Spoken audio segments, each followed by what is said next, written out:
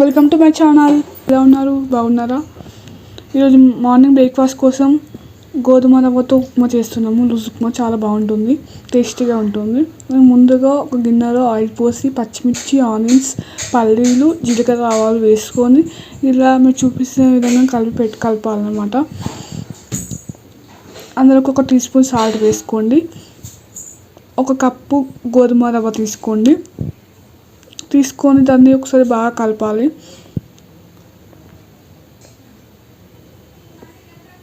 కలిపి వేరే బౌల్లోకి తీసుకోండి. ఏ గిన్నెలోకి 3 కప్పుల వాటర్ పోసుకోండి. పోసి ఒకసారి దాంట్లో ఒక సాల్ట్ వేసుకోండి. ఒకసారి బాగా కలపాలి. కలిపి మూత పెట్టుకోండి 5 మినిట్స్.